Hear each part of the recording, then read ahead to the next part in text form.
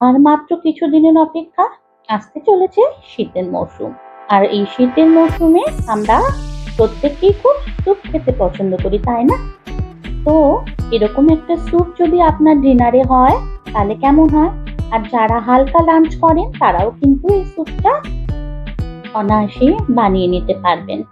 তো বন্ধুরা, চ্যানেলে নতুন হয়ে থাকলে অবশ্যই চ্যানেলটা সাবস্ক্রাইব করে বেল আইকনটা প্রেস করে দেবেন, আর লাইক কমেন্ট শেয়ার করে পাশে থাকার অনুরোধ রইল। তো স্যুপ বানাতে গেলে যেটা দরকার সেটা হচ্ছে পাম্পকিন বা কুমড়ো। আমি আজকে আপনাদের জন্য এই হেলদি পাম্পকিন স্যুপটা শেয়ার করে দেখাবো, যেটা ভীষণ ভালো খেতে হয়। আর আপনি যদি এটা ডিনারে সার্ভ করেন সবাই কিন্তু আপনার ফ্যান হয়ে যাবে।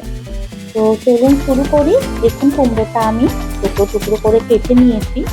আর বেশ কিছু ইনগ্রেডিয়েন্টস আমার দরকার। একটু পেঁয়াজ কুচিয়ে নিচ্ছি, একটা মিডিয়াম সাইজের পেঁয়াজ এবং পাতলা পাতলা করে স্লাইস করে নিচ্ছি। এরপর নেব 4-5 টুকরো রসুন কোয়া, যেটা আমি কুচিয়ে নেব। আর একটু গাজর অ্যাড করব।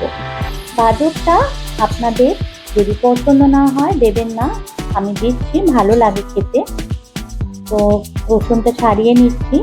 বন্ধুরা, চ্যানেলে যদি নতুন হয়ে থাকে অবশ্যই চ্যানেলটা সাবস্ক্রাইব করবে, আর লাইক কমেন্ট শেয়ার করে পাশে থাকার অনুরোধ রইল। বেল আইকনটা প্রেস করতে ভুলবেন না, যাতে নতুন রেসিপির নোটিফিকেশন আপনাদের কাছে পৌঁছে যায়। তো দেখুন, গাজরটাও এরকম টুকরো করে নিলাম। এবার এগুলোকে আমি সাইড করে দিয়ে একটা প্যান বসিয়ে দিচ্ছি, দিয়ে এর মধ্যে অ্যাড করে দিচ্ছি বাটার। বাটারটা মেল্ট হলে এর মধ্যে আমি পেঁয়াজ কুচি অ্যাড করে দেব।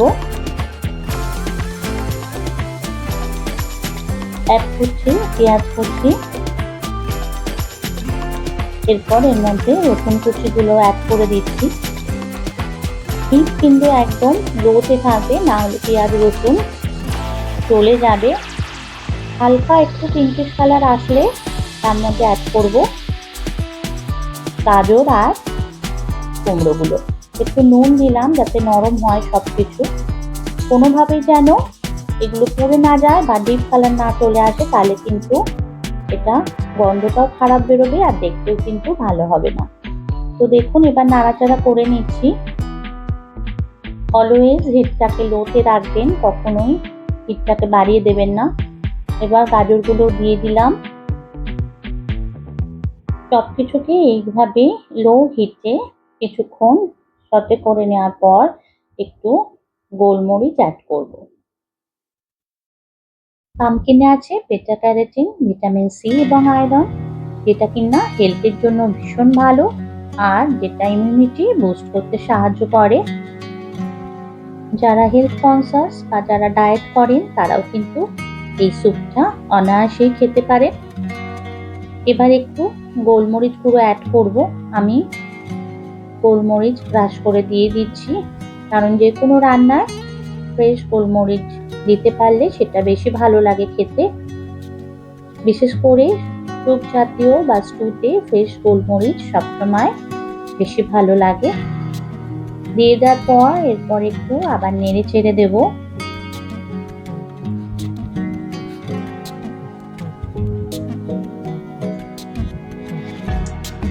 এরপর অ্যাড করব চিকেন স্টক। চিকেন স্টকটা কিন্তু মাস্ট, না হলে ভেজিটেবল স্টক। প্লেন জল অল্প দেব। বন্ধুরা, চিকেন স্টক কিংবা ভেজিটেবল স্টক অবশ্যই দেবেন, নাহলে কিন্তু অতটা টেস্ট আসবে না। এরপর এটাকে হিটটা বাড়িয়ে দিয়ে ফুটতে দেব। নরম হওয়া পর্যন্ত এটাকে আমাকে বয়েল করতে হবে, যতক্ষণ না পর্যন্ত কুমড়ো আর গাজর ভালো মতন গলে যায়।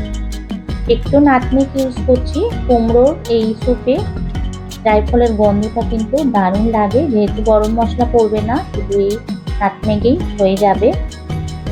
এবার কভার করে দিলাম, ওয়েট করব গলে যাওয়া পর্যন্ত। তো দেখুন, আমি চেক করছি গলে গেছে।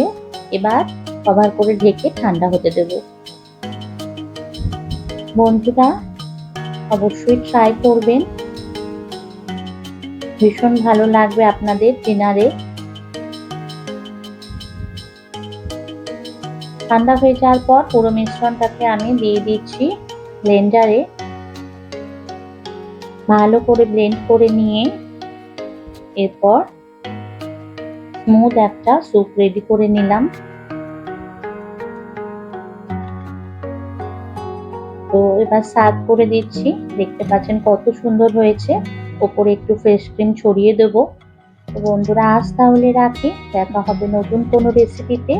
ততক্ষণ ভালো থাকবেন, সুস্থ থাকবেন। আপনারা চাইলে কিন্তু ফ্রেশ ক্রিম একটু ব্লেন্ড করেও নিতে পারেন একসাথে কুমড়োটা যখন ব্লেন্ড করবেন। আমি দুটো পাউরুটি বাটার দিয়ে টোস্ট করে নিয়েছিলাম, সেটা দিয়ে এখন এনজয় করব।